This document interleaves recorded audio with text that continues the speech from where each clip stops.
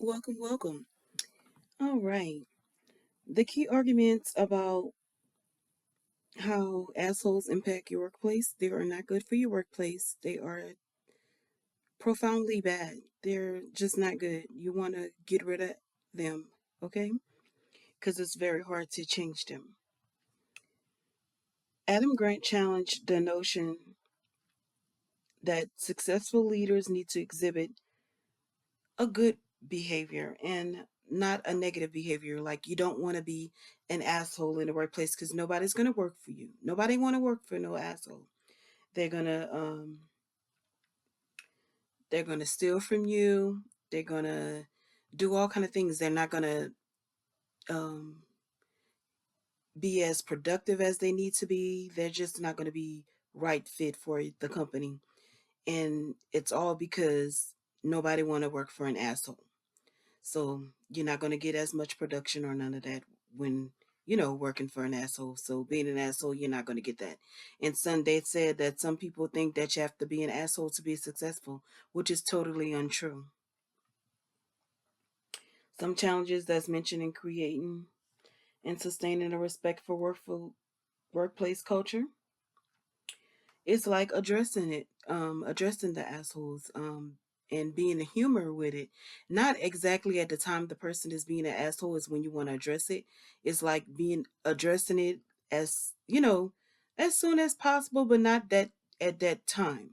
Like you want to address it like in a humorous way. Like they had said in the video, like she was like, really, I thought you was more smarter and more creative than that, than to address, that situation in that way. So just doing it like in a humorous way would be a great way to address an asshole because you want them to know it, and that's if they care, because they may change. But some people be an asshole and don't even know they're being an asshole. So in that case, that person will be able to be changed. What strategies does the podcast suggest in preventing toxic behavior in the workplace?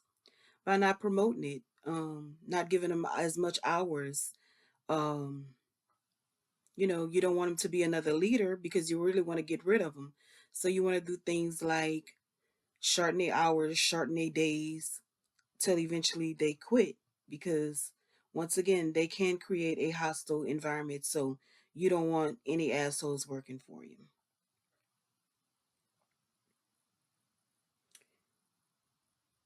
And I like how they had did that, the podcast with the lettuce head with the man and stuff. That was just like so funny. Like it was just like wow. And I also, what role do you think in playing and maintaining respectful and the supportive culture? What actions can you take to discourage assholes and toxic behavior? In the podcast, they had did like interviews, and to keep them out the workplace they did interviews, and they also checks their references, like do they work, asking questions like do they work well with others. If they don't answer that question like do they work well with others, they mainly most likely be an asshole. Also they did a scenario like when they let people that have the same interests, and the same goals, and that's interested into what another person interest is, they have them work together, because people that work together with good principles, they accomplish more. So they like teamed them up, the people that really want to be, that ask them if they want to work with them. So that was pretty cool too. Me, as far as being an asshole, I wouldn't say that I'm an asshole. I would say I'm demanding and not demeaning, because I'm very caring and empathetic. So I am not an asshole, but if need be, I can be an asshole.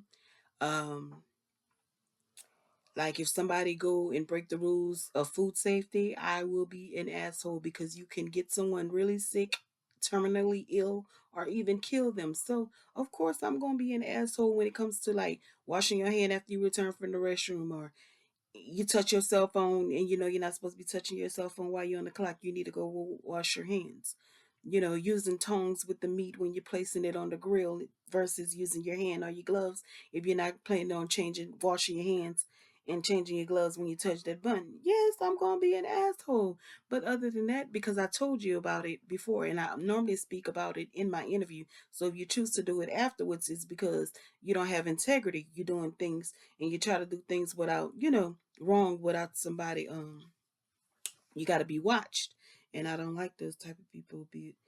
But so I try to weed them out by shortening their hours and eventually letting them go. Hopefully they quit shortening their days and stuff like that, because nobody want to work for an asshole. They create a very bad environment, and it's less productive, and you don't get everything done that needs to be done. It's just a bad place. Nobody wants to work for an asshole.